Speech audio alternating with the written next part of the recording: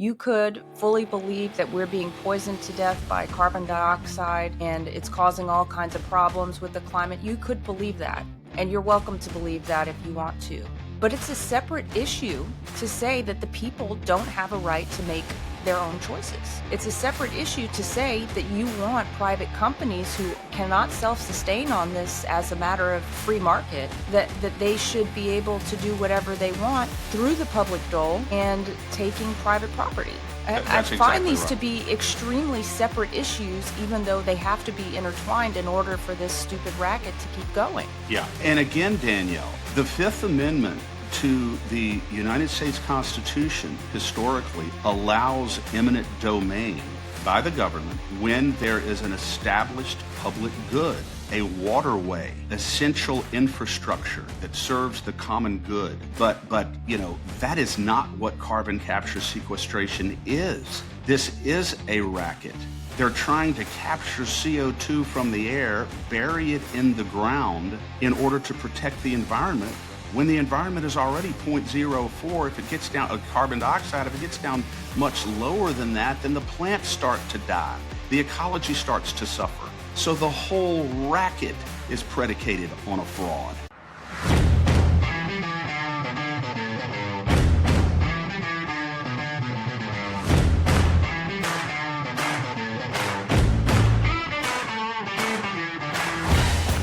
Thank you, ladies and gentlemen, for joining us once again on the State of Freedom.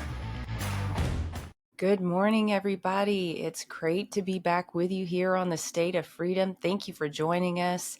It's going to take a lot of coffee to fuel us through here. We got a lot to talk about. I hope you have your coffee. If not, get to the coffee pot, fill it up, and keep us rolling, though. Keep us rolling. We're ready to roll today. We have some news to report on carbon capture, all those bills that we were expecting to go through committee did get heard in committee. So I know, Chris, you've got some reports for us on that, along with a lot of other stuff. And then we'll take a quick look at some of what's going on next week. But we're just dipping our toe into what's going on next week. So let me read the scripture of the day before we get too far into this. And it's Galatians chapter 2, verses 4 through 6. And in this passage, just to set it up, Paul's recounting to the Galatians his story of what happened after, his road to Damascus moment. He went away for 14 years, and then he came and finally met the apostles. And so this is what he's talking about. That's the context for this. And it says, let me find it here.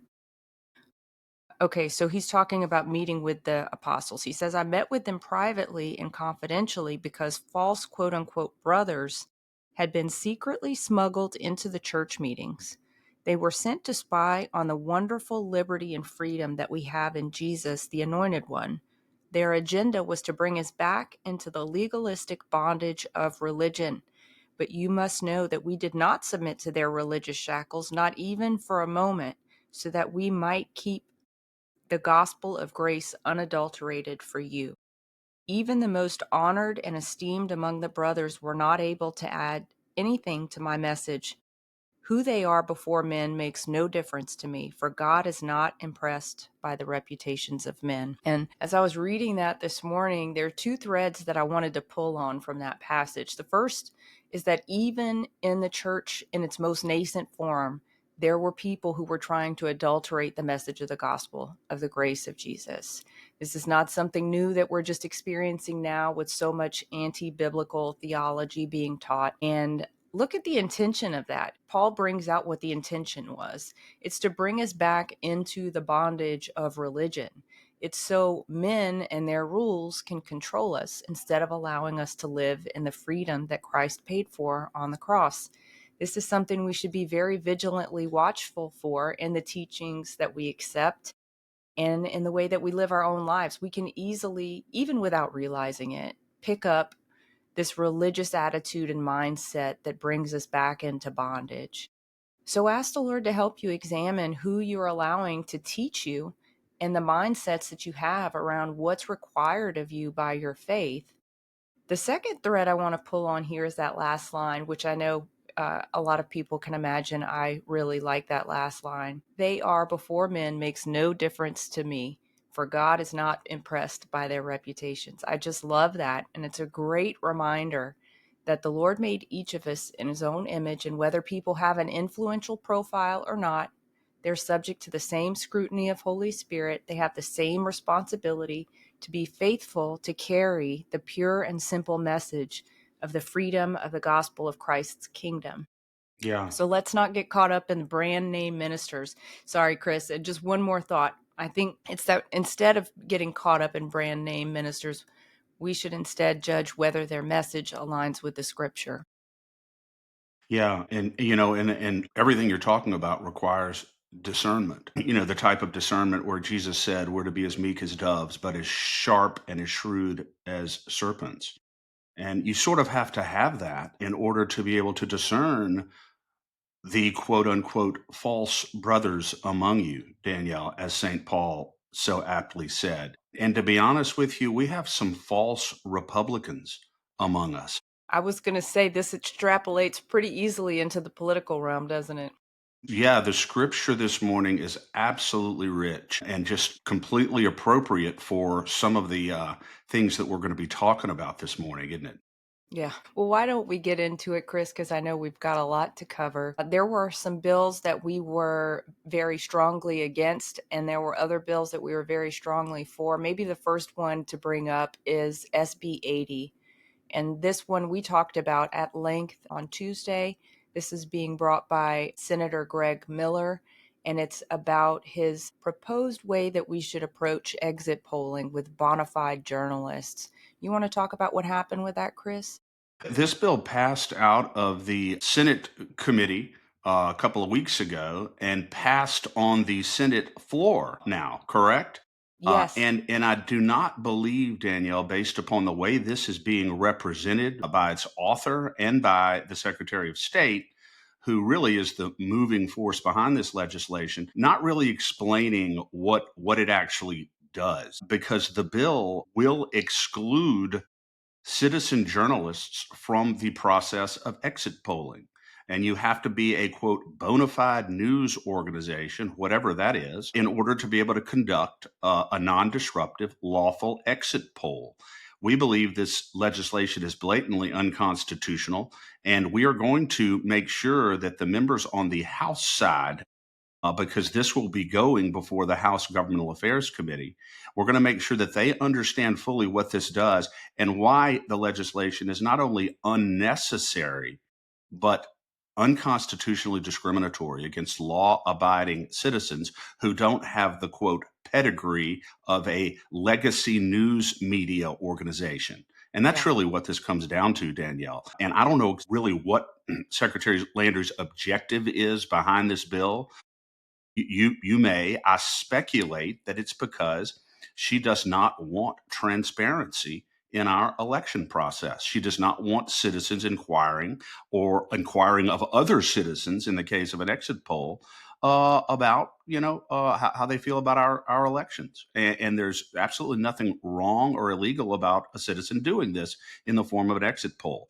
So the bill is not good, and we're going to make sure that the House understands what the bill actually does and why it's not necessary. Yeah, and thank you for your testimony on that this week, Chris. You know my perspective. I think that Nancy Landry wants to shut down the voice of the people on this. And like I've said before, the Secretary of State's office now has a track record of censorship. And if they want to be able to peel back from that, if they want to be able to have the people trust them, they need to stop putting forward crap legislation like this. Absolutely. And this bill has been a really troubling and concerning to Bert Calley in particular, because he is very sharp when it comes to elections and the Constitution, and he's very concerned about this bill, as we are. As And we are. so we got to make sure that the House understands really what the implications of it are. Yeah, and there is a call to action up on the LACAG website. So we would love to encourage you to please go and do the action there. Make sure that the House Governmental Affairs Committee, along with Speaker DeVilliers and Governor Landry, all understand that you are strongly opposed to this. I will give a shout out, Chris, to the 5 Republicans who stood for the Constitution on this one. And they are Rick Edmonds, Mike Facey, Valerie Hodges, Blake Miguez, and Alan Seabaugh. All of them voted against this horrible piece of trash legislation. And I expect and hope that I really hope that HG&A can just shut this down. Yeah, and hats off to those senators for sure. And so if you value the Constitution, you value transparency in government, and you value the First Amendment, please take 2 minutes and go to lacag.org Action Center and do the call to action Yeah. on SB 80. It's extremely important. And we encourage you to customize your own email. You don't have to, but we encourage you to customize your own email. Yep. Let's see. I think we got, let's see. Somebody in the chat here, John. Unfortunately, the House Governmental Affairs Committee seems to be all for anything Nancy Landry comes up with. Yeah, and I don't appreciate these power grabs by Nancy Landry. I Yeah, don't John is appreciate them at right, all. Danielle. John is Yeah. 100% right.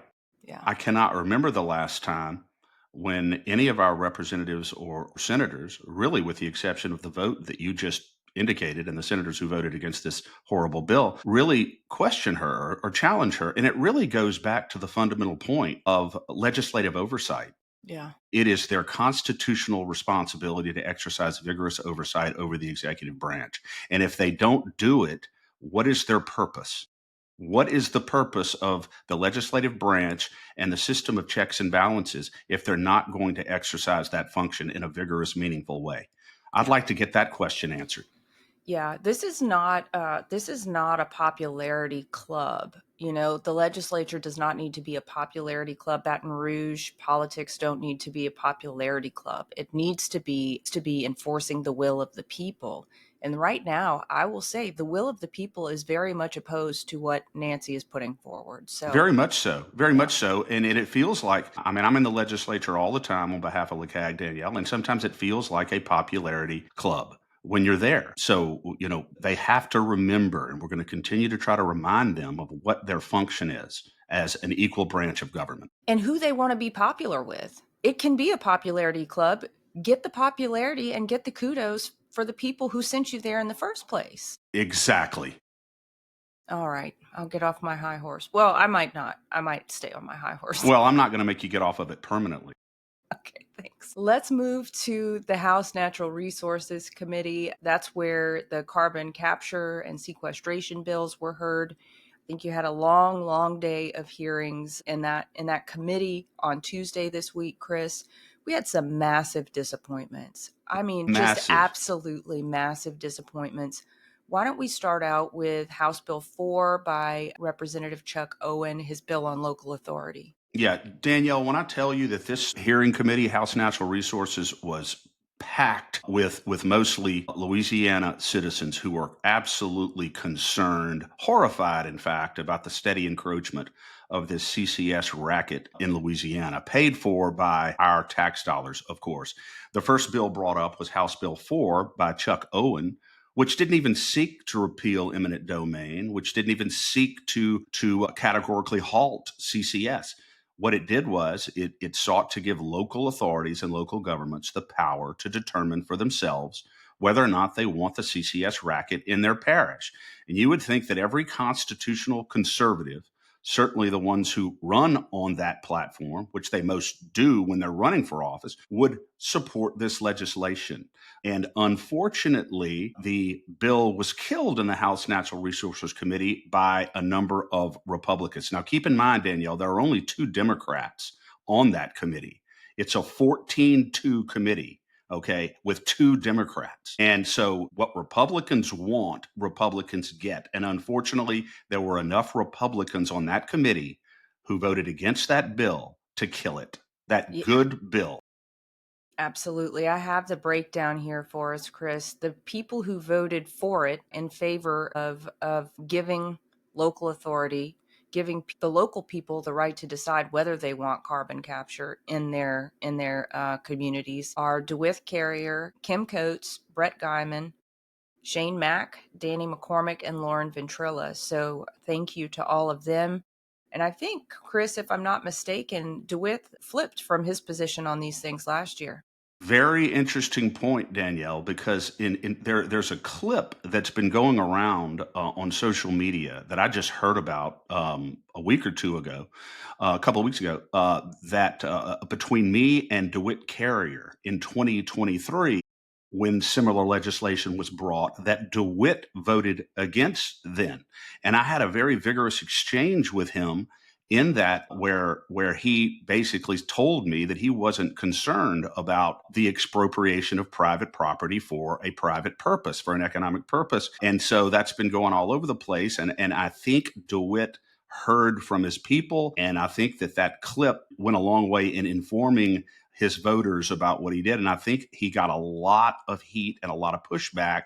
So DeWitt Carrier did flip, and he came in and he voted the right way, not only on HB4, Danielle, but on every instrument of CCS legislation that day. So whatever DeWitt's reason is, clearly grassroots advocacy is working, at least with respect to DeWitt Carrier. So thank you, DeWitt, and the other Republicans that Danielle mentioned who voted in favor of this very important piece of legislation. And of course, Danielle, we have to name, consistent with our faithful duty to the citizens of Louisiana, we have to name the Republicans who betrayed the citizens of Louisiana on that bill. Yes, absolutely. I have the list of them here, and I just want everyone to perk their ears up right now, because what happened to DeWitt, you can do to the legislator, to your legislator who voted against it. So if your representative is in this list, get ready to give them a call and read them the riot act. Okay, they are Marcus Bryant,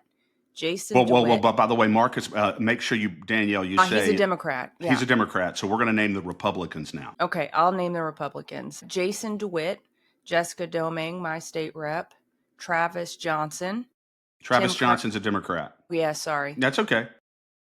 Tim Kerner, Jeremy Lacombe, Jacob Landry, Joe Orgeron, also from my area, Neil Reiser, and Z Zarang, also from Terrebonne Parish. So the folks who are close to the pipelines down here apparently are voting with industry on this instead Yes. of the people, because I can tell you, people down here are not interested in CCS. Yeah, I know they're not, but it's just important that people know that those Republicans are the reason why a very important bill to give some autonomy to local governments about carbon capture, sequestration, development. They killed it. They And killed the bill. what this says to me, Chris, is that they think they know better than the people that sent them there. That's Yes, what this tells me. and I told them in my testimony, Danielle, very very clearly that if you're not going to outlaw this practice altogether in the state of Louisiana, at a minimum, you should give local jurisdictions, the people who are most affected by this, the authority to make this decision. And they couldn't do it, and they didn't do it. And it's important that the citizens and the constituents of those Republicans know how they voted on this. Yeah, it is absolutely important. And Chris, you gave compelling testimony on this and on a number of other bills this week. And if we would have had more time in prep this morning, I would have loaded some of those up on our media board here to share through the podcast. But if anybody is interested in watching those, just the clips of those, you have them. Where are they? They're on the LeCag YouTube channel. They're on they're on our LeCag Facebook page, and they will be on the LeCag X handle as well. And we're in the process of getting them loaded to the website, lecag.org. So that's where you can find them most prominently right now, probably on Facebook. We're getting them loaded up there. But yeah, it's a busy week of testimony. I feel like I spent about a month in the House Natural Resources Committee one day. Yeah. Well, I bet. And maybe also a note that if people want to stay updated on calls to action and you're not yet a LeCag member, you can do that by joining the LeCag Facebook page, following the LeCag Facebook page, because Katie, I know, is putting up calls to action. You are as well, very faithfully on the Facebook page, right? Very much so. And yeah, and it's important. Yeah. All right. Next was House Bill 380 by Representative Shammerhorn, and this would repeal carbon capture sequestration as a public good. And it also failed pretty miserably. Yeah. And Danielle, I also, and I made this point as well in my testimony in House Natural Resources Committee, that the reason why Shammerhorn's HB 380 was very important is because it would have repealed, as you said, legislation from 2020 that declared carbon capture sequestration, quote, a public good for Which there's no purposes evidence, right?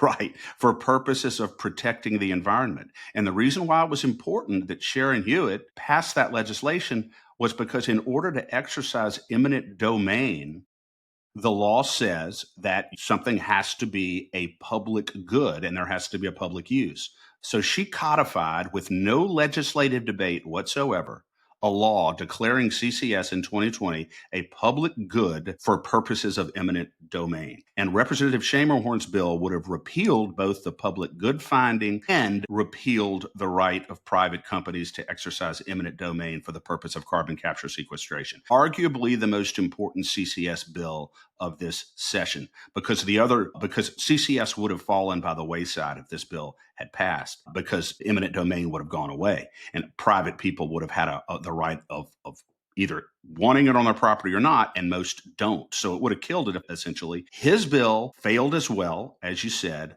because of the same Republicans, the very same Republicans on that bill as well. Yeah. And let me just mention this, Chris, because you could still believe in the Green New Scam. You could fully believe that we're being poisoned to death by carbon dioxide and it's causing all kinds of problems with the climate. You could believe that. And you're welcome to believe that if you want to. But it's a separate issue to say that the people don't have a right to make their own choices. It's a separate issue to say that you want private companies who cannot self-sustain on this as a matter of free market, that they should be able to do whatever they want through the public dole and taking private property. I That's find exactly these to right. be extremely separate issues, even though they have to be intertwined in order for this stupid racket to keep going. Yeah. And again, Danielle, the Fifth Amendment to the United States Constitution historically allows eminent domain by the government when there is an established public good, a waterway, essential infrastructure that serves the common good. But that is not what carbon capture sequestration is. This is a racket. They're trying to capture CO2 from the air, bury it in the ground in order to protect the environment when the environment is already zero point zero 0.04. If it gets down carbon dioxide, if it gets down much lower than that, then the plants start to die. The ecology starts to suffer. So the whole racket is predicated on a fraud. Yeah. This is a public good. I mean, it's just extraordinary. And yet, and by the way, Danielle, it's important that you know, not only were there very informed citizens testifying on this, Chuck Owen did a phenomenal job. And so did Rodney Schamerhorn explaining why these items of legislation were so important. There's no way that these Republicans on the House Natural Resources Committee who voted against this legislation can legitimately say that they believe now in good faith that carbon capture sequestration is a public good or that it's not in fact damaging to people. There's no way they can say that. So why do you think it is that they won't come off of this, that they won't compromise even a little on for the citizens of Louisiana? I don't know why. Well, I could say that at least in Terrebonne, I can understand that people would be in favor of carbon capture if it means pipeline jobs, right? Because our local community has already been decimated by oil, a lot of the oil industry moving to Houston and elsewhere. However, this in no way impedes the right of private industry to do what it wants to do. It just gives the right to the citizens to also That's have a voice exactly in that. right. So how about this, Danielle? What about this? In a rational world, most people would say this is pretty reasonable. How about this? You do all the carbon capture sequestration you want. but don't do it on my property if I don't want you to do it on my property, and don't do it with my money. How about just those two qualifications? And then you can do all the carbon, have at it. Go Have at get it. your carbon capture, do whatever you want. Yeah. But just don't do it on my property and don't do it with my money. How's that? You I think love that it. would go over well?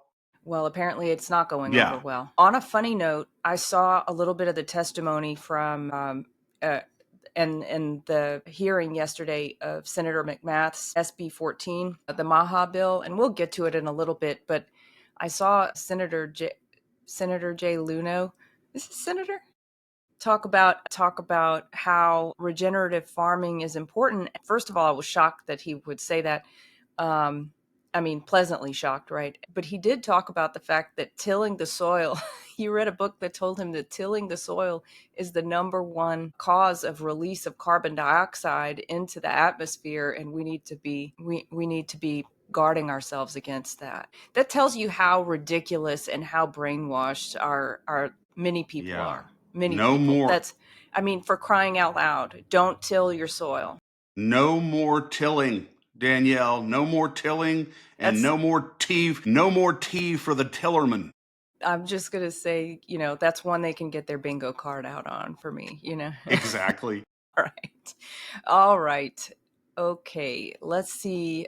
Okay. The other one, Chris, that we wanted to mention was one we were both very excited to see get heard. Of course, it didn't go the way we wanted, and that was House Bill 522 by Representative Danny McCormick.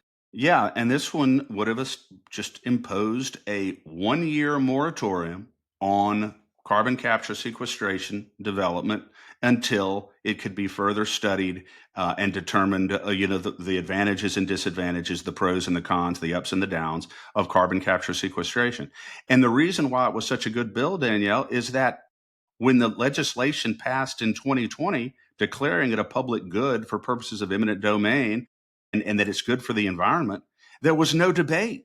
I couldn't believe it. I went back and looked at the transcripts, and literally there was zero debate on this in the legislature. And this is another point I made in the committee. How do you have such sweeping legislation that imposes such radical changes on the citizens of Louisiana without any meaningful debate in the chambers that are supposed to be representing us?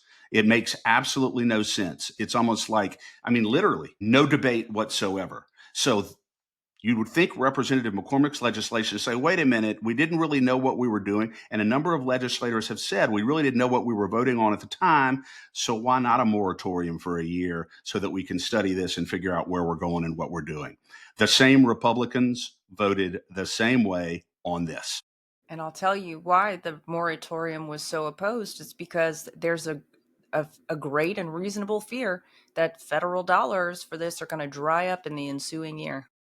Yeah, and a couple of the Republicans who voted against the bill said, "Well, they got some projects going now, so this would really just cripple the projects." Well, that's the whole idea, Yeah.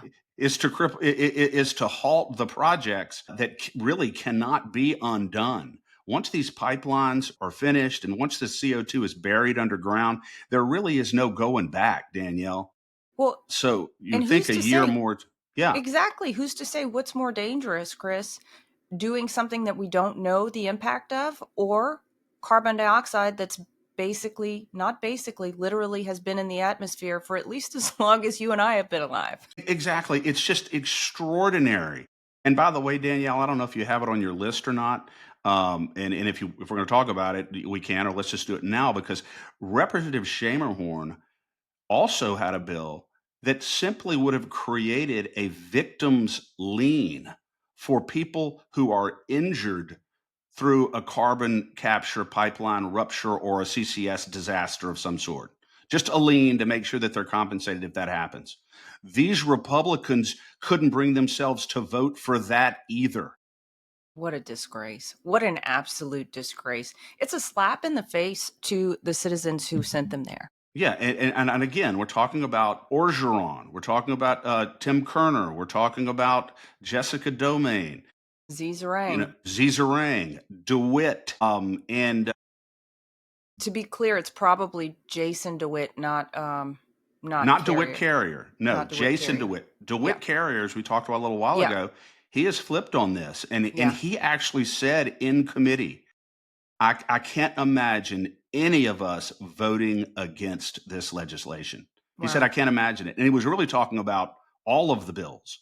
I can't imagine anybody voting against this legislation, yet they did. So The others, Chris, that you're looking for, Jacob Landry and Neil Reiser.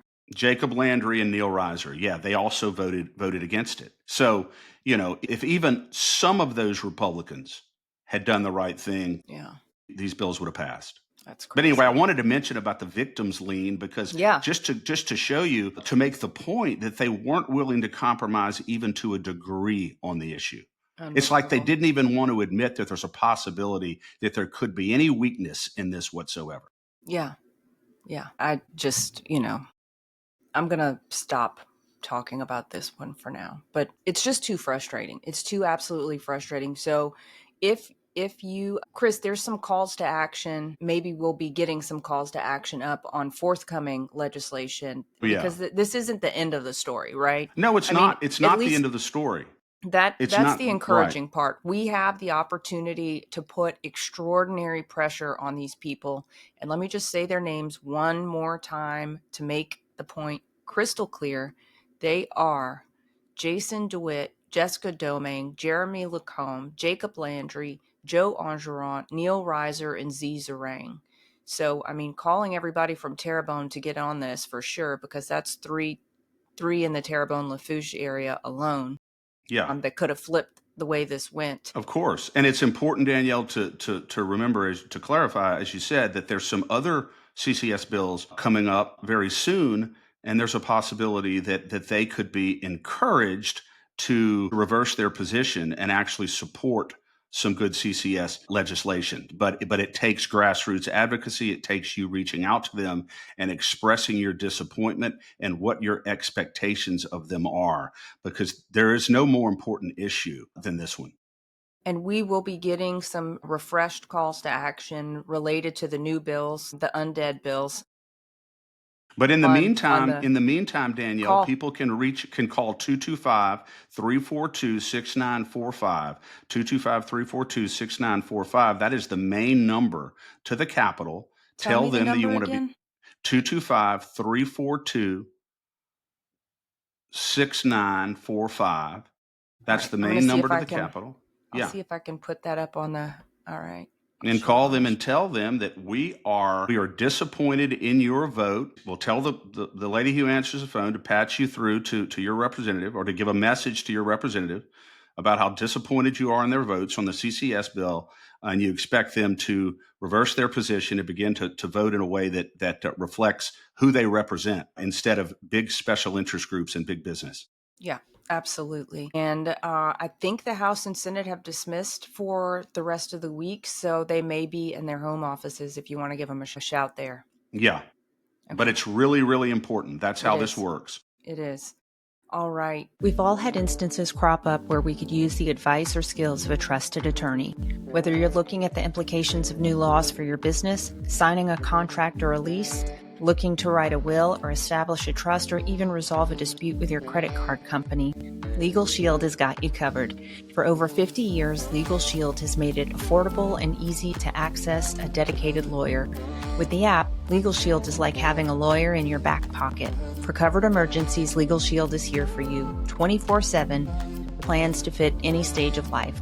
The State of Freedom is proud to be teamed up with Legal Shield as clients and affiliates.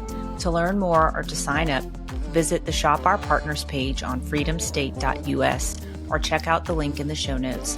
Thank you for supporting the State of Freedom. Moving on, Chris, to another topic. The House Health and Welfare Committee met, and Representative Chenevert brought House Bill 400. This was her parental consent for minor medical procedures, and she pulled it. She pulled the bill. She said she pulled it now because there were a lot of questions around it. She said she'd bring it back. Hopefully that means this year, and I think you have a little more info on that than I do. Yeah, she what they call voluntarily deferred it, Danielle, because some of the committee members had questions about situations where a minor may be putting themselves in danger if they disclose to their parents or to their guardians where that they're getting counseling or some kind of medical treatment because their parents may be abusive or their guardian may be abusive, and a hard and fast rule that they have to get a parental consent in a situation like that could actually cause them more harm than good. So there are obviously some reasonable exceptions to be made to the rule of parental consent for a minor to get medical procedures. But what I don't quite understand is why that required the bill to be deferred in its entirety when it seems like some appropriate amendments could have been put on the legislation to cover that issue.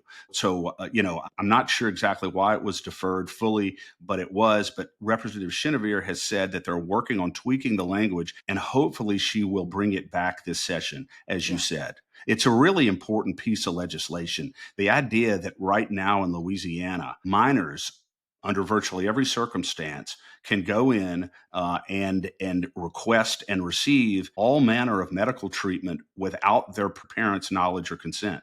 It's unbelievable. I wouldn't have believed it if I had not actually read that statute. So this has to change. It's got to Yeah. change. Yeah, I agree. Right. Now, House Governmental Affairs met and they talked about a range of issues, but one that was particularly interesting to us, concerning to us, was House Bill 577 brought by Representative Darrell Desitel. And this is related to the procurement process for election systems. That's exactly right. And a little background on this. In 2024, Darrell Deschatels authored and passed a bill that gives Nancy Landry the authority to, instead of going through the normal process when it comes to issuing contracts, the normal competitive procurement process, where all potential vendors and all potential companies have a right to bid competitively on the contract. He put language in that instead of that allows the Secretary of State to engage in what's called an invitation to negotiate. And under how that is defined, that means that she can issue an invitation to negotiate to one or more potential vendors. So she could be issuing a contract or an invitation to negotiate to one vendor or 20. It could be an open and competitive process, or it might not be, all in her discretion. HB 577 really um, guts, in this respect, the traditional procurement process and vests a lot of authority in the Secretary of State when it comes to who is awarded this election contract. And so it's really extraordinary. And this bill, by the way, HB 577, specifically says that if what she does or any provisions of this bill conflicts with the procurement code, then this bill supersedes the provisions of the procurement code. So it basically says the procurement code does not apply when To it Nancy comes Landry. to Nancy Landry when it comes to how she negotiates this contract for a system. And that's a Chris, fact. And that's why HB 577 is a problem. But it passed out of the House Governmental Affairs Committee. And then is it it's set for debate on Monday. set House for debate floor. on Monday on the House floor? So we are, I don't know if we have a call to action on this up right now, Danielle, but we're going to get one up because it's that important.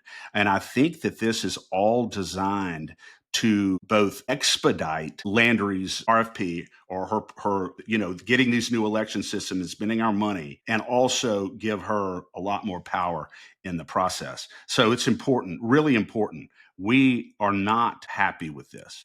Yeah. Would you remind the listeners, Chris, about how this push by Secretary of State Landry's office to go ahead and make these ginormous purchases runs counter to what President Trump is advising and has advised even the governor to his face? Yes, and I testified exactly to this in the committee on House Bill 577 this week, that it is not a good idea, terrible public policy for Nancy Landry, and probably illegal for Nancy Landry to go forward with a $150 million voting machine contract when there's a pending executive order from President Trump ordering the Department of Homeland Security, in conjunction with the EAC, the Election Assistance Commission, to do a deep dive into all electronic voting systems in the country in order to determine whether they are safe and secure? How can you go forward with a procurement process and invest $150 million of taxpayer money in machines and computers when you don't know if they're going to be upheld? When President Trump could come out as a result of this executive order and say these machines are not safe and cannot be used in federal elections. And yet we're already knee deep in a contract. We're already going through the process of getting the machines. And yet we come to a point where we can't use them in federal elections. So you're going to have a situation in our state where we're using these computers for state elections, yet we have to have a secure hand-marked paper ballot system for federal elections. Yeah. Can you imagine what kind of a chaotic situation that would be? And Chris, the fact that the governor hasn't stepped in and slapped this down, or at least told Nancy to hold the phone on this one, just makes LA Doge a joke. Well said. Well said. And you know what, Danielle, going back for just a minute, I was disappointed, but not entirely surprised as well, that Governor Landry did not weigh in on the carbon capture sequestration legislation, did not say a word about it. And I'm thinking to myself, why not? Well, when he was the lead up to the week that he was inaugurated, he talked about his strong support for CCS. So I think his loyalties have been made. I think his loyalties have been made, but I do not believe that he is doing himself any favors at this point with the conservative base in Louisiana. I really don't. And I think that, as we've said many times before, he still has an opportunity to change the trajectory and to recover the support among the people who elected him. But the window is closing. Yeah, the window is closing on both he and on Secretary of State Landry. John in the chat here says Nancy Landry said that she expects to have new machines purchased before the end of the year. She said that during the hearing. So, well, let me say this, and John, thank you for the comment. Representative Boyer, the chairman of the House Governmental Affairs Committee, looked at Nancy Landry after my testimony and said, so we're not in any really big rush on this, right? We're going to be able to see how President Trump's executive order plays out, right? And she suggested, in response to that she had met with Trump officials and was in the process of talking about this issue with them because she does not agree with all of the provisions of his executive order. Well, I'm sorry, Secretary Landry, that executive order is not going to be changed. It's very clear. And if you are, in fact, meeting with members of the Trump administration on this issue, I'd like to know who they are, because Tulsi Gabbard has been very, very clear, very recently, National Intelligence Director, I believe, that these machines are vulnerable and they have evidence that they have been hacked in elections. She said that about a month ago. So you have President Trump, Tulsi Gabbard, Elon Musk, Tucker Carlson, and a whole host of others saying you need to not go forward with these machines and these computers. And yet it looks as though she's continuing to try to do just that. And I'm telling you, it's not going to age well. If that happens, it will not age well. This is not a dinner menu for a private party. You don't just get to tell them what parts you don't like. I mean, come on. Exactly. Well said. Chris, one thing that you said that struck me as encouraging was that Representative Boyer gave pause to the fact that, or took some pause that Secretary Landry would be trying to push this through with unneeded haste. And this whole situation and so many like it make me wonder, why are legislators like Representative Desautels carrying the water for the executive branch of this state in a way that literally undercuts the people? Right. That is a very, very good question. And I don't really understand what it is. But again, it goes back to the issue of constitutionally required legislative oversight. But Representative Boyer did suggest that the secretary should wait. He didn't come right out and say it. as he probably should have, Yeah. but he did at least suggest that it would be a good idea for the secretary to wait until the results of this executive order are publicized or concluded and publicized before she goes forward with a computer purchase. And so again, He's it's the chair, right? He's the and chair. he's the Yeah. chairman. Now, they still voted the bill out of committee, and which they probably shouldn't have. In fact, I know they shouldn't have. But, she's going to ultimately have to stand on her own 2 feet. There's a difference between what the legislature may unwisely authorize her to do and what she should do for Yeah. purposes of her own political credibility. She has the freedom to either do it or not do it, regardless of what she's authorized to do. So let's just keep that in mind. So the heat is going to be on Nancy Landry. Yeah, absolutely. That's a great point, Chris. All right. Well, yesterday also, well, I don't know if it was yesterday. I think it was in Senate Judiciary, a Senate Bill 39 by Senator Jay Morris was heard. This is one that we had very strong disapproval for, and it was saying that the Department of Corrections and the Justice Department in the state of Louisiana have no liability for holding people past their get out of jail date. That's right. And wasn't the bill, I believe, was deferred. It was voted down. Yeah. It was voted down, involuntarily deferred, so voted down. And the bill, and it should have been, Danielle, because we've talked about this Absolutely. before, and it basically would have said, okay, even if the state holds an inmate in months after they're supposed to be released, after their sentence is served, the state can't be held liable for that, for false imprisonment. I'm like, Yeah. well, this is not, communist China. Thank This you. is a country where individual freedom and liberty reign supreme. And once a person's sentence is served, they've paid their dues. And you have a responsibility with a $1.2 billion budget to make sure that you calculate those outdates properly. We're talking about people's freedom and liberty here. We're not talking about, you being an hour late picking up your pet from the vet. We're talking about human beings who've paid their dues and Yeah. deserve their liberty when they're supposed to receive their liberty. So, Senator Morris has done some good things in the legislature, but this is not one of his better efforts for sure. Yeah. Yeah. I agree. And I'm pleased to know that it failed. I don't have the vote count on that, unfortunately, Chris, but I am happy to see that others saw this the same way we did. All right. Yesterday was a big hearing in Senate Health and Welfare. I think the room was packed. I think there was an overflow room. You testified, Chris, on Senate Bill 14, which was Senator McMath's Maha bill, getting the dyes and chemicals out of kids' lunches at school, meals at school. And this one you said passed with overwhelming support.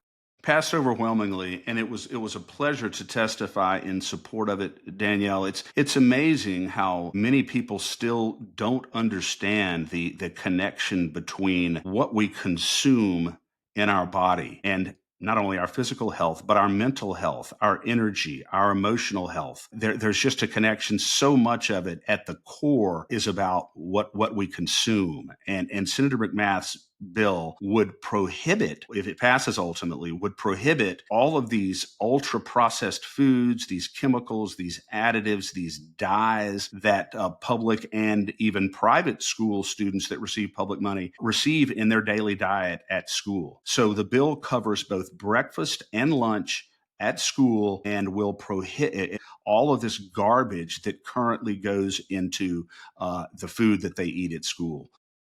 I mean, Danielle, I know I don't have to tell you the epidemic of childhood obesity in Louisiana, the epidemic of chronic disease that RFK Jr. has talked about so much. But this is an effort. Yeah, this is an effort on the state level to follow RFK Jr.'s lead and make Louisiana healthy again.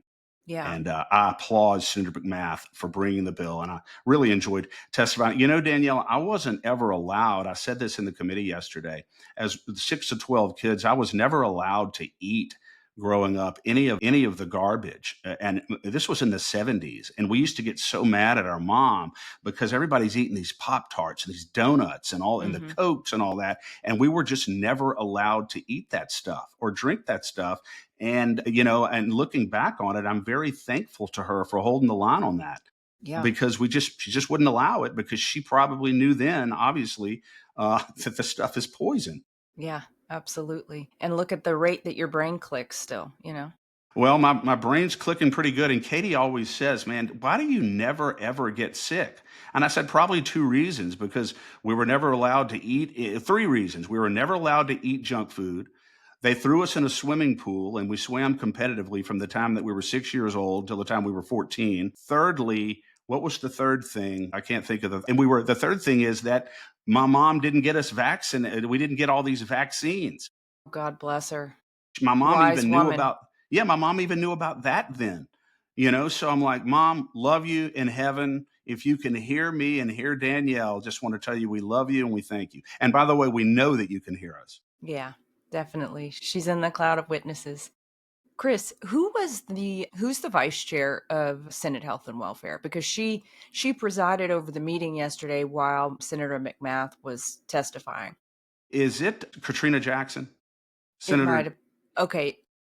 I think so. Yeah. I think It it's might Katrina. be. Yeah. I think it's 'Cause Senator Katrina Jackson. she talked a lot about SNAP benefits. Is SNAP benefits have anything to do with this bill? It does. And thank you for mentioning that. The bill seeks a waiver from the federal SNAP benefits or federal benefits. So the bill seeks a waiver from the federal government that allows our state to prohibit the kids from getting the carbonated drinks using the SNAP benefits. So we can't just prohibit it immediately because that's a federal money and I believe a federal regulation. That's Is what. it just carbonated beverages is the only thing on that list, or I believe that it is principally, carbonated drinks using the SNAP benefits. Yeah. And those are so bad, that it's worth pursuing that. And there's a requirement that, if the feds approve it, then we do it. And if they don't, then the Department of Health and Human Services has to let Senator McMath and the legislature know so that they can try to take another route on it. Great. Well, I hope it gets more stringent from there, because if we're paying for food, right, these are benefits from taxpayers that go to people in need. We're also paying for their health care, most likely. And that's another point, Danielle, that a lot of people brought up yesterday, that if the kids are eating healthy, okay, if what they're consuming is healthy, then they're more physically fit, more physically healthy. They're more mentally healthy and vibrant. Psychologically, they benefit. And what is the result of all that? Lower medical costs, lower fiscal burden on the citizens of Louisiana. So there's just so many good reasons for this bill. And I'll be honest with you, Danielle, I don't really think there's any reason at this point why it should be vigorously opposed or why the governor wouldn't sign this. But we're certainly going to be following it and continuing to let our public support be known. Yeah, absolutely.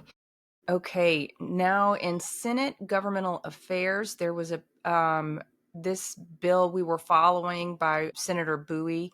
Senate Bill 89 is the bill that would require Senate confirmation of Port of New Orleans appointees. People saw it our way, Chris. This one also passed. Absolutely. And I didn't get a chance to testify on that bill because we were in the Health and Welfare Senate Committee, but we did do a green card expressing our support. And yes, this bill passed, and it will require Senate confirmation of the governor's appointees to the Port of Orleans, which is very important. We are always for more oversight, and it's important that the Senate have the oversight over that appointment process. So it's a good bill. Very glad it passed, and really was not controversial in the Senate Governmental Affairs Committee yesterday.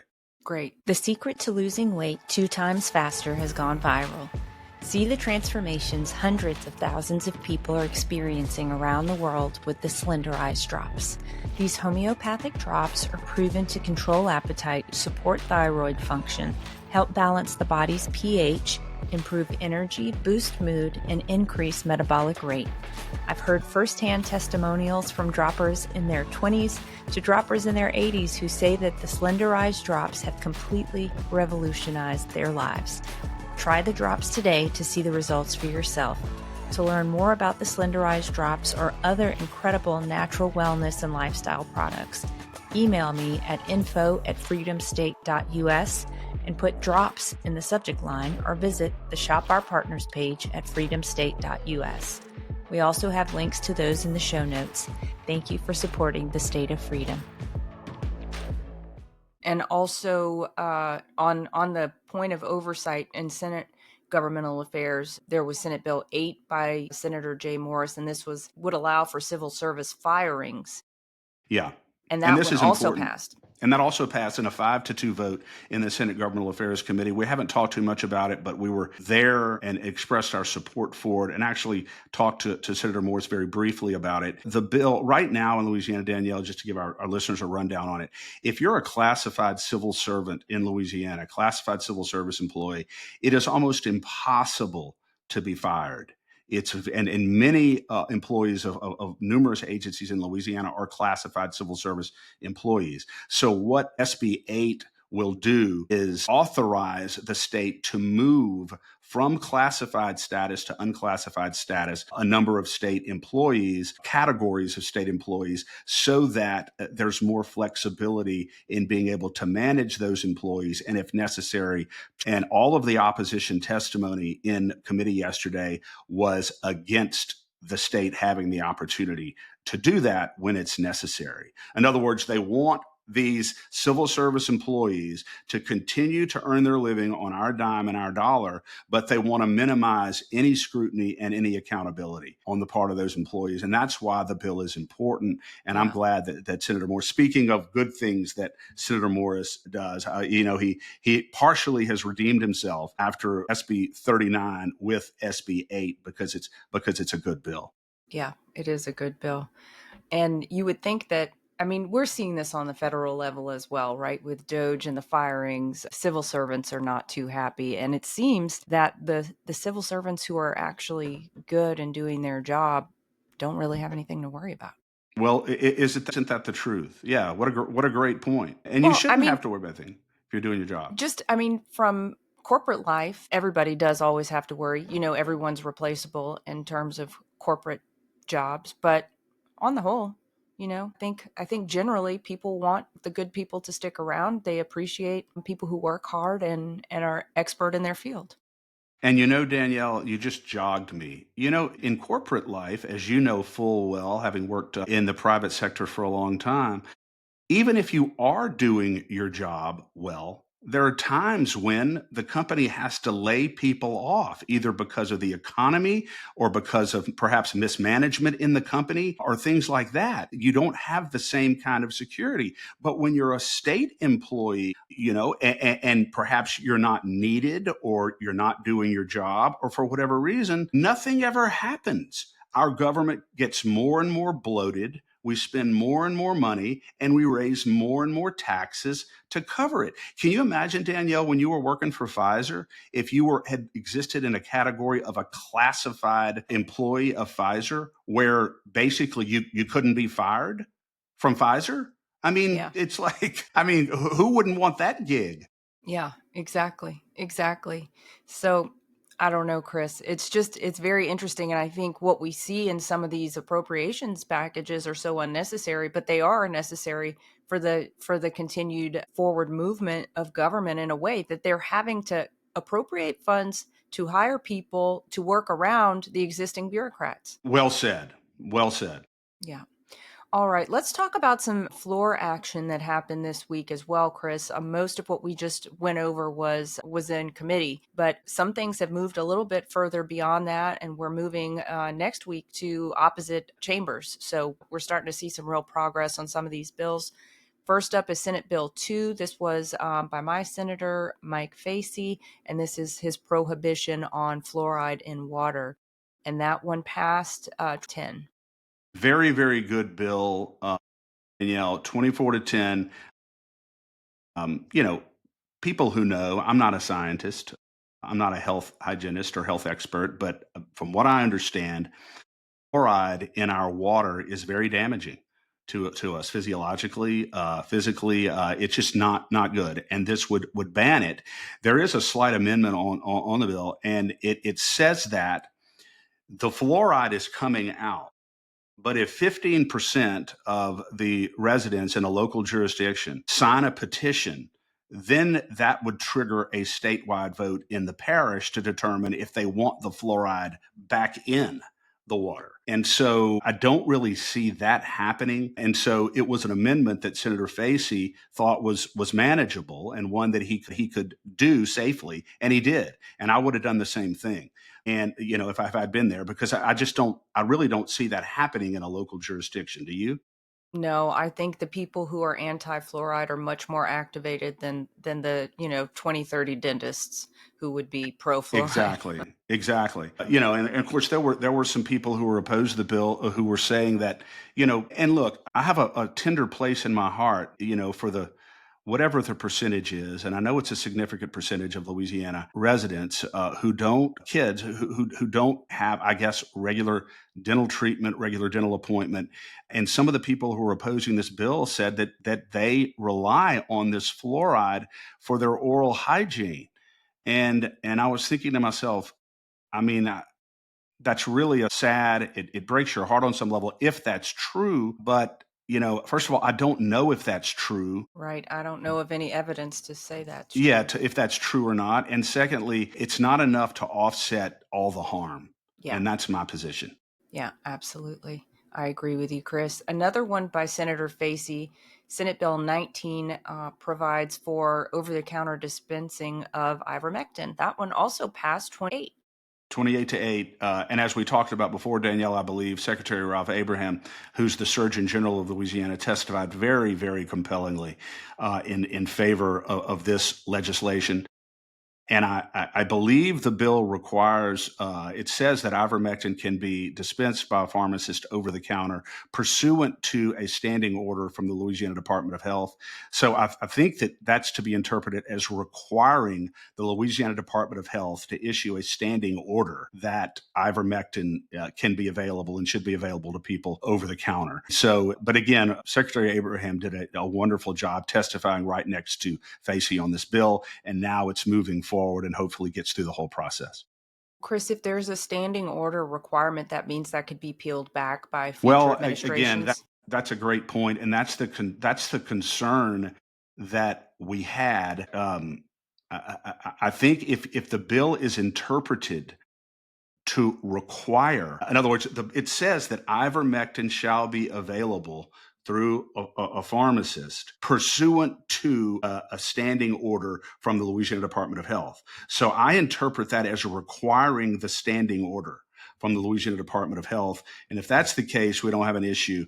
At any rate, it's a good piece of legislation because it is going to put a lot of pressure on the Louisiana Department of Health to issue such an order. And I think the bill also can be amended through, if it needs to be, going forward. And I'm gonna try to clarify this once again with Facey, but that's my understanding. Okay, great. Okay, and then some things are set for floor debate next week if we want to take a quick look at the week ahead. And we're going to be covering some of what's going on next week, but some of it we'll have to cover on Tuesday because it'll just get to be too much. But first up is House Bill 590 by Representative Annie Spell, and this is the ban on foreign funding of any elections in Louisiana. And that's the statutory companion, Chris, to Senator Sebaugh's bill. That's exactly right. Very, very good piece of legislation, and really is a sort of rounds out then Representative Miguez's successful constitutional amendment that prohibited NGOs and foreign entities from donating to election officials for purposes of conducting an election. That's now been banned to avoid the Zuckerbucks type hysteria and chaos that occurred in 2020. Representative Spell's bill really kind of completes that by saying from this point forward, no foreign entity will be able to donate to any campaign in Louisiana either. So it's a good bill. And really, between those two things, our elections should be shielded fully from nefarious foreign influence. And that's what we're looking for. So Representative Spell's bill is good. Is there any way to have the definition of foreign expanded to include any out-of-state funds? I don't know why people from out of state should be able to weigh in on our elections with their money. You know what? That's a good point. But, people would argue that under the Constitution, people have the liberty to donate to whoever or whatever they want when they want, and there's also a freedom of speech issue there that is covered under the Constitution. So I don't know ultimately if that would withstand scrutiny, but it certainly would be a good idea from a policy perspective, wouldn't it? Yeah, yeah, because this is when big industry comes and dumps money behind people who are not in alignment with the will of the people, and that's why we see some of the nonsense we're seeing. Yeah, and the solution to a lot of this, Danielle, is the ballot box right here in Louisiana, and that's why it's so important that our elections are secure. Absolutely. Okay, next up is House Bill 603. This is also coming for floor debate on Monday, and this is by Representative Dixon McMakin, and it would amend the appointing process for certain occupational licensing boards, committees, and authorities, giving the governor, I believe, the ability to appoint without any consultation with the related associations. That's exactly right. Right now, the governor, for these powerful boards, 31 in total covered in HB 603, the governor has to choose the appointees from a list provided to him by the trade associations affiliated with these regulatory agencies. And if McMakin's bill passes and is signed, then the governor no longer has to choose. He can if he wants, but he would have the freedom basically to choose whoever he wants. And we oppose the legislation simply because the last thing we need to be doing generally in Louisiana is increasing the power of the executive in any branch. That's the whole problem with our system right now in Louisiana. And in my view, we certainly don't need to be increasing the power of this particular governor. That's right. And Chris, I can understand, and I think we've talked about this a little bit before. I don't necessarily love these associations and who they may be putting forward either.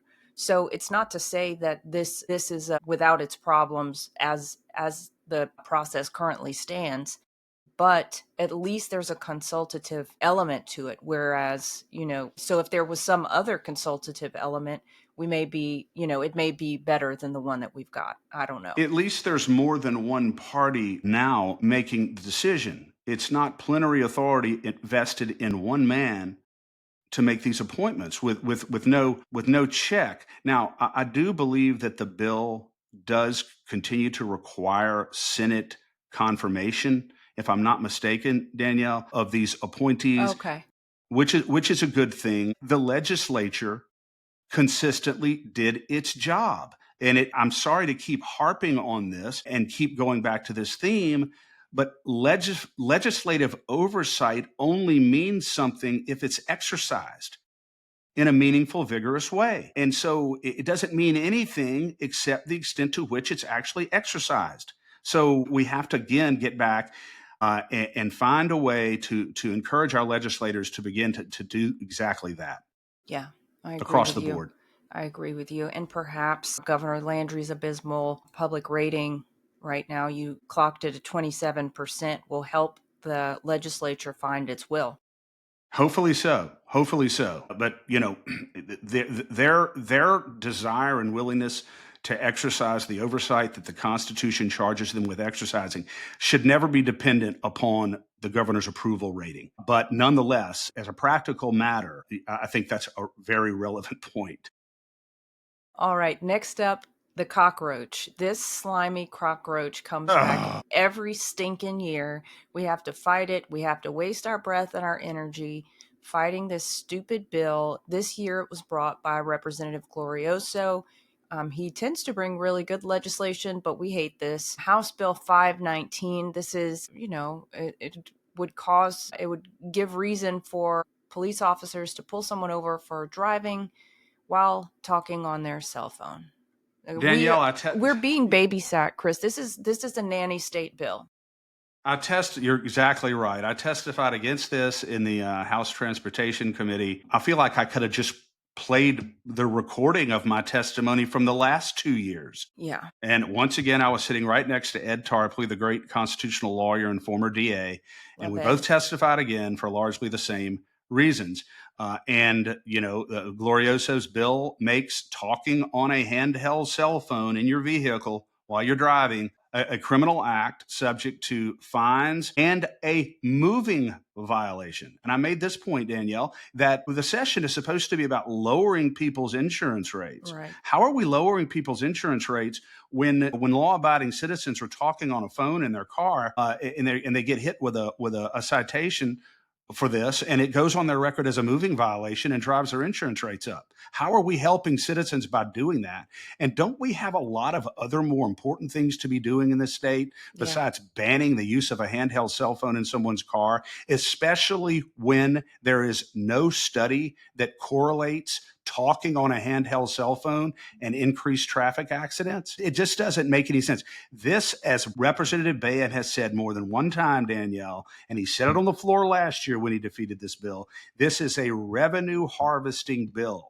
It is not about public safety, and they know that. It is about raising money, more money, to put more money in the coffers of the state, because they don't have the guts or the willingness to go and do what's really necessary from a DOJ perspective. That's the point. They're not going to reduce the size of government. They're not going to streamline government. They're not going to stop wasting our money. And so they got to find another source to go through and go get some more money. And that's what this bill's about. It's horrendous, like it always is. And I think it's set for a vote on the House floor, or will be soon.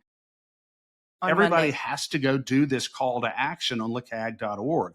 Lacag.org Action Center. If you don't want to be criminalized for talking on your phone in your car, then you have to go do this call to action, or else you can't say that you weren't forewarned.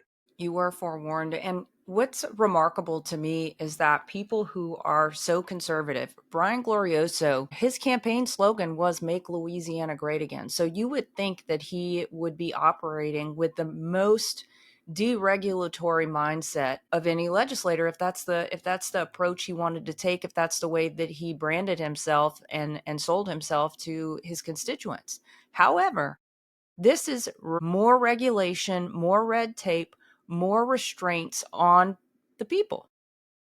Big brother government at its finest, Danielle. And then, the final point I think I made in the committee, or the second to final point, was simply that if you think that this is not going to lead to further infringements of freedom, then it's a pipe dream if you believe that. This is just one step toward ultimate totalitarianism.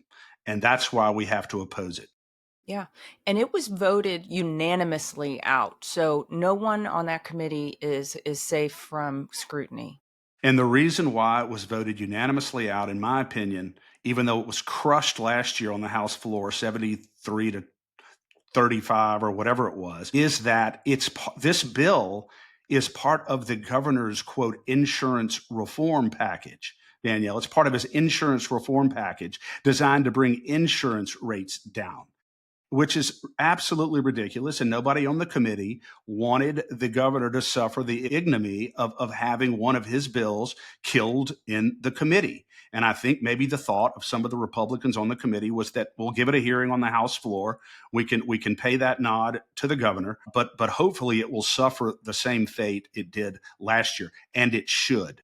It should. It absolutely should. Because like you said, this does the exact opposite of lowering insurance rates. All right. Next up, House Bill 528. This is by Representative Ryan Boriak, and this is his restructuring of DOTD. I don't think there's very much opposition to this at all. It was voted 17-0 out of committee. Yeah, and I think it's a good bill to try to streamline DOTD and make DOTD more accountable and punctual and efficient. It rearranges some agencies, merges some divisions and that sort of thing. So it's a good bill, and I don't really anticipate it having much opposition, and we support it. Yeah, and after the show, I want us to take a look at those contract bills that are coming up as well, because I think there's some tweaks we can have made to those, and I want to make sure we know where they are in the process as well. Definitely. Okay, House Bill. Okay, no, coming up on Tuesday to the committees. So we're just going to run through these pretty quickly. There's quite a number of bills going to committee next week. Tuesday and Wednesday are especially heavy days. So we'll get through Tuesday and probably about half of what there will be on Wednesday here today. And then Tuesday, whenever we're back on at 8 a.m., we will pick up and continue with the rest of what to expect Next week. Wednesday and Thursday, yeah, the rest of the week. Okay, but starting in House Commerce on Tuesday morning at 9 a.m. in Room 1 will be House Bill 364 by Representative Darrell Desitel. This is a constitutional amendment. He's carrying some garbage bills this session, Chris. I'm sorry for him. This is a constitutional amendment to increase the membership of the Public Service Commission. He's obviously carrying this for Governor Landry because it just would give Governor Landry more power when it comes to the Public Service Commission. And this is a constitutional amendment, Danielle. It has to go to the people. But assuming it goes to the people and the people pass this, it will enlarge the powerful Public Service Commission from 5 members to 7, and the governor would have plenary authority to appoint the 2 additional members, Governor Landry. So, you would think after Constitutional Amendment 2 and the debacle there, the legislature may think twice about whether or not this even needs to be, this is good policy, whether or not the people even need to have this on a ballot, whether the Constitution needs to be amended. But I would suspect that the legislature probably will vote in both chambers to put it on the statewide ballot so that people can vote on it. And we are obviously going to be strongly opposed to this.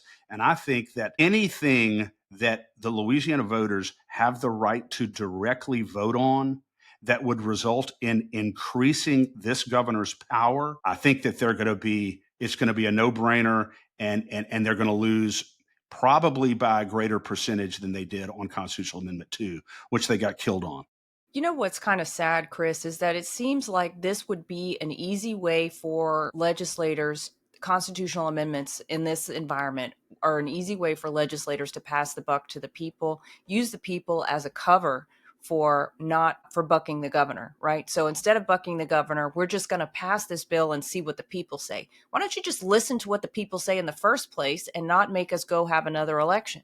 In other words, do you think right now, if you were a legislator thinking about bringing a bill like this, don't you think that maybe you might say, this is a bill and this is an amendment that will increase Governor Landry's power at a time when his popularity rating in Louisiana is diminishing rapidly and people's trust in him is diminishing rapidly. Maybe this is not the best time to go forward with this.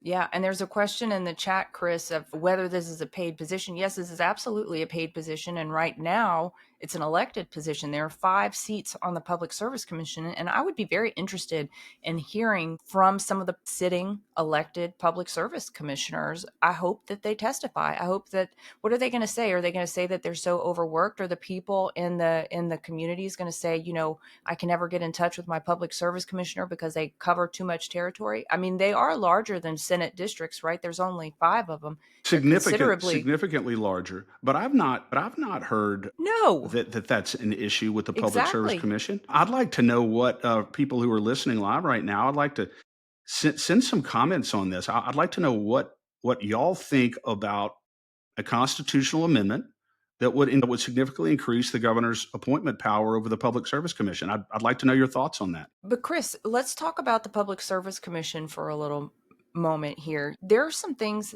that it's a very powerful body, correct? And absolutely. We've talked recently, and you'll have to jog my memory on what exactly the Public Service Commission has decided in recent years. But I believe it's the Public Service Commission that outsourced all of our electrical grid to foreign companies. I think in totality is owned by the British, if I'm not mistaken. That may well be the case. And it was a vote. And I think that they may have ultimately reversed their position on that. I will go back and check that. But the Public Service Commission, Danielle, they essentially are a quasi-consumer protection agency. They are the agency that's charged with protecting Louisiana citizens against big utility companies and protecting our rates and ensuring that we're not being charged oppressive utility and electrical rates.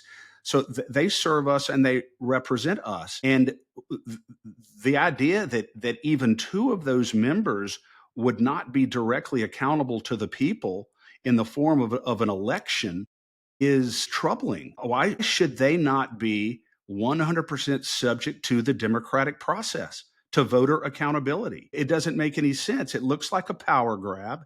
It doesn't look like it's necessary.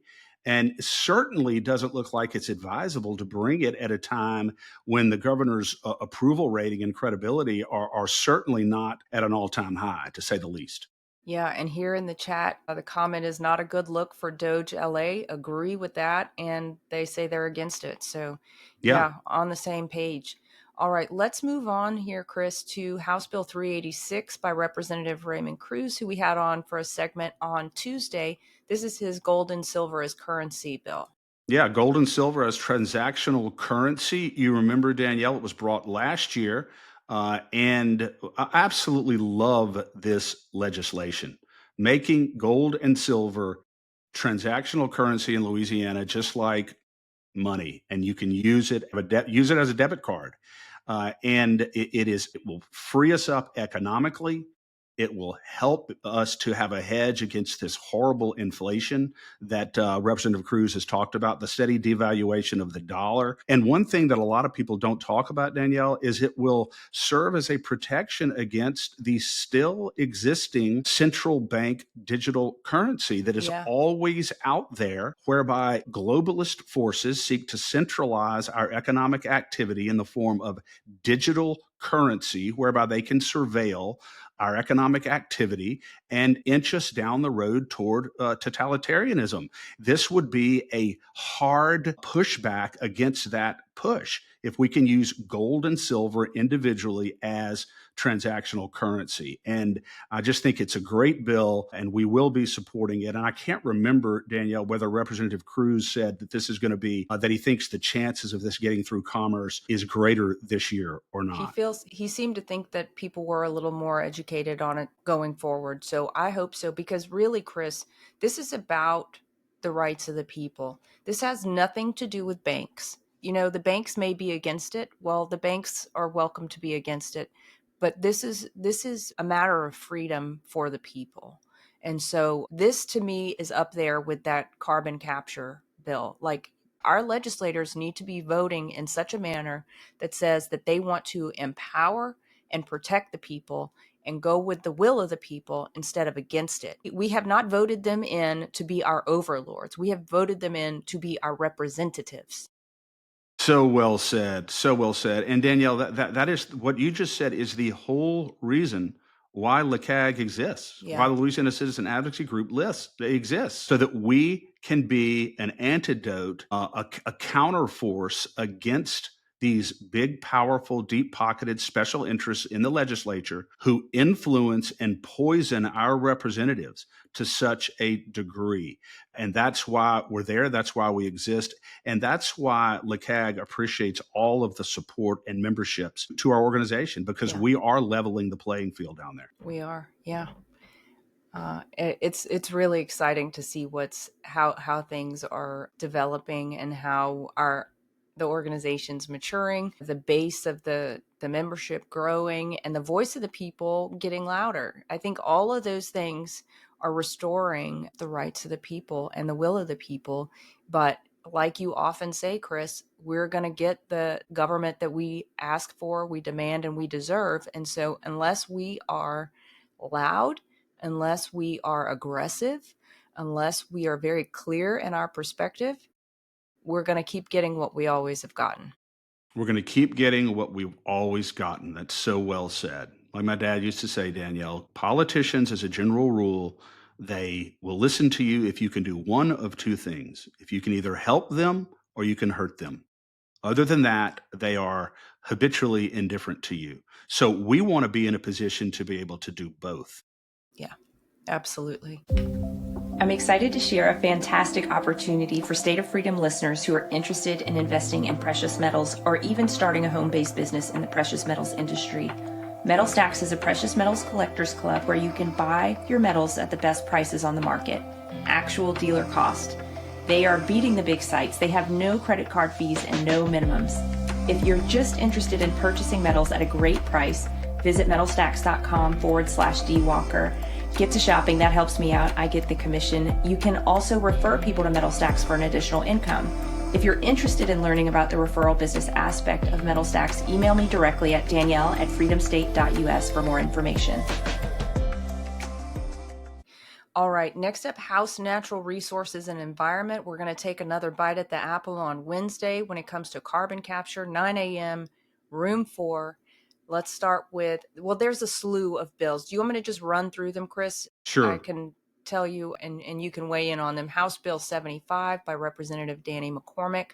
This one is related to compensation for pore space owners. Yeah, and this basically says, Danielle, that if there is a situation of eminent domain there regarding the pipelines that would be going on in people's property, right now 75%, it's called unitization, 75% of the affected landowners have to agree in order for the company to be able to expropriate the land, and the 25% don't agree. So what this says is that the 25% who are forced into it will get the maximum compensation from the companies and will not in any way be penalized for not voluntarily entering into this unit. And so it's an important piece of legislation. So they're not punished for exercising what we believe is a fundamental constitutional right that they have.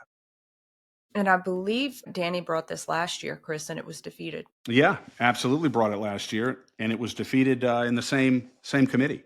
Well, it's time for us to ramp up the pressure even higher. The next one is a really important one as well, House Bill 304 by Representative Robbie Carter, and this is about venue for expropriation for carbon capture. Yeah, if you have a situation where a company is seeking to expropriate or seize private property for the carbon capture sequestration racket, and you challenge it, even though you have an big uphill battle because of the current law in Louisiana, they would have to bring that case, that hearing would have to be held in the parish where the property seeking to be seized is located. And I think that is important, that at a minimum, the hearing be held in the parish where the property owner lives. Yeah. Again, another common sense bill that puts forward the rights of the people and the voice of the people. If we see them vote this down, Chris, it would be such a great disgrace. Yeah, no question about it. And the only thing that will prevent them from doing that, as you said, Danielle, is between now and next week, our listeners contact these questionable Republican legislators in the House Natural Resources Committee and let them know exactly how you feel, because the collective voice of the people is undeniable. We just have to remember that. Load them up, load up their inboxes, and call their offices. If you have their cell phone number, call them directly and ask them what in the world they're up to, because tell them, this is important to you and it's important to the rights of the people. Whether you believe, like we've said, whether you believe in carbon capture or you don't, the rights of the people should still not be superseded by private companies. Yeah, exactly. And the Danielle, and they always say, but yeah, this is going to bring jobs. This is going to bring jobs. Well, as Mr. Christian from the Texas Railroad Commission said when he was on the show, okay, so maybe it brings jobs for a period of time. First of all, that doesn't make it right.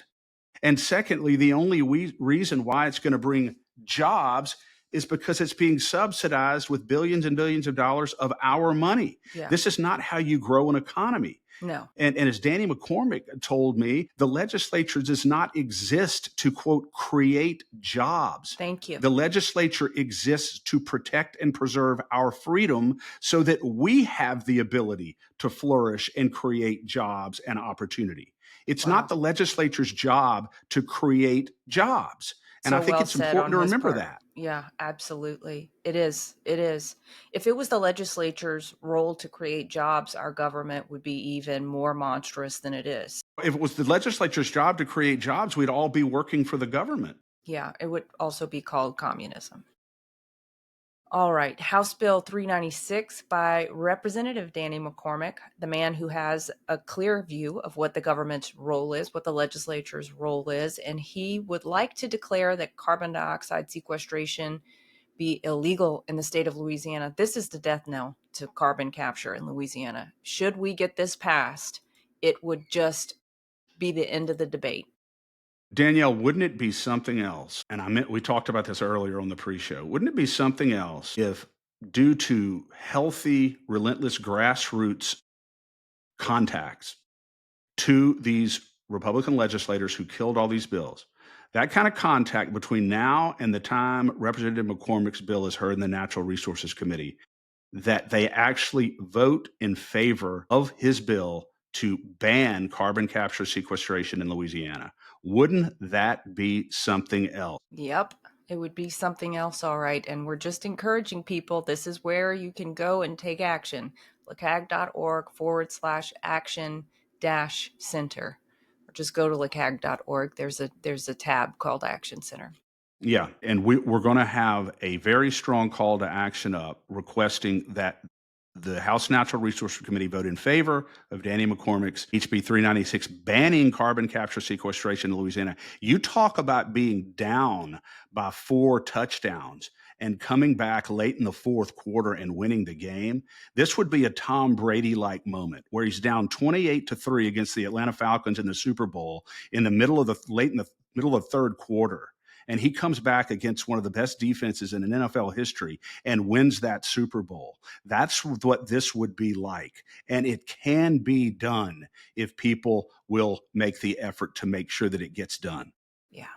Yeah. And you know what? It probably would force, I don't know if this is true or not, but I wonder if it would force those oil companies who are so invested in carbon capture to focus on what's really important, what will actually provide value to the people, which is a real product, oil and natural gas. Exactly. I mean, this just provides no service. There is no service being provided to the people other than short-term jobs that are subsidized and paid for largely with our money. I mean, it's just extraordinary. You're exactly right. Where is the service that's being provided to the citizens of Louisiana through carbon capture sequestration? And I think shareholders of Exxon, Chevron, BP, whoever else is behind this, whoever is participating in this, should also raise their voices and say, look, do something that's valuable. Do something that provides value to the people. Get focused back on mission. I'm reading a book right now on marketing, and every company that fails or slips in its market dominance is because it's not laser focused on mission. Absolutely. That is so critically important, that allow yourself to get distracted, Yeah. and then They're you just and then you're not. chasing after federal dollars. That's exactly what it comes down to. There was not one principled reason that was urged in the House Natural Resources Committee in favor of carbon capture sequestration. The best we got was that it's going to create jobs. And for all the reasons that we've already discussed, that is not compelling. No, and those are not the kind of jobs we want, frankly. Exactly. I want jobs that are sustainable and not dependent on my tax dollars. Well said. All right. 2 more bills on carbon capture. We can run through those pretty quickly, Chris. House Bill 585, also by Representative McCormick, requires advance notice to surface and mineral owners prior to permitting or performing carbon dioxide sequestration activities. I mean, pretty straightforward. Isn't this also one of those bills that if they vote against, you would go, okay, so not only are you going to bury us in this racket, you're not even going to give us advance notice of when the burial is set to occur? You're just going to start digging on my property? Exactly. So you would think that this would be a no-brainer, right? You would think. You would think. And then Neil Reiser's House Bill 632 would protect mineral servitude ownership in relation to carbon dioxide sequestration. Also And a no-brainer. I guess I don't really necessarily know what the bill does. I talked to Danny McCormick briefly about it, but if they're going to have the right of expropriation to seize property and all that, then I don't know how this would play in. But I'm not saying it's a bad bill, but it's certainly not something that is going to be controlling over this whole racket. Well, what's a head scratcher on this one, Chris, is that Neil voted against all those bills on Tuesday. So he's saying the only provision that he wants is that your mineral rights should supersede carbon dioxide pipelines. So you have your mineral right. I guess theoretically you have your mineral rights, but you don't have the right to tell these people that you can't seize my land for carbon Yeah. capture Yeah. sequestration. It's a little hypocritical, maybe a strong word, but it's a head scratcher anyway. Yeah, for sure. Not logically consistent. How's that? Not logically consistent. I like that one.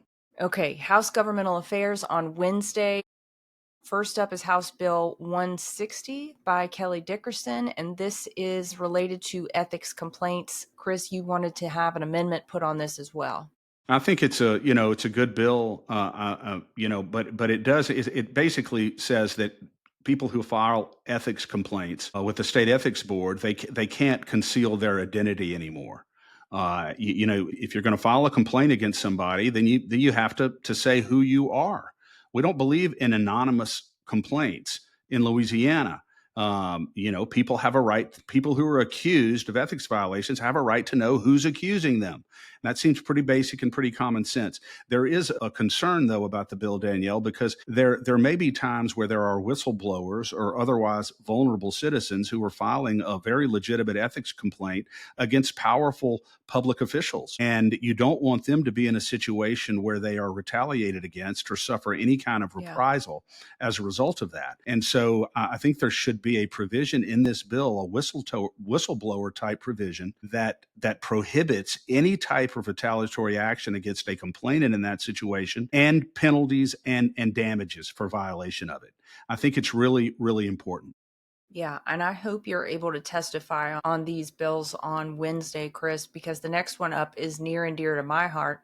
I know yours as well. But House Bill 405 by Matthew Willard.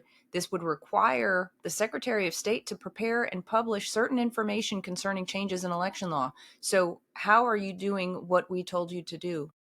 Yeah, she said in the hearing on 577 a couple of days ago, she said that her administration and her processes are more transparent than any agency in history, or more transparent than any Secretary of State's office in history. And that was shortly after there was a witness testifying, our good friend Mari, who said that we don't know anything about the process.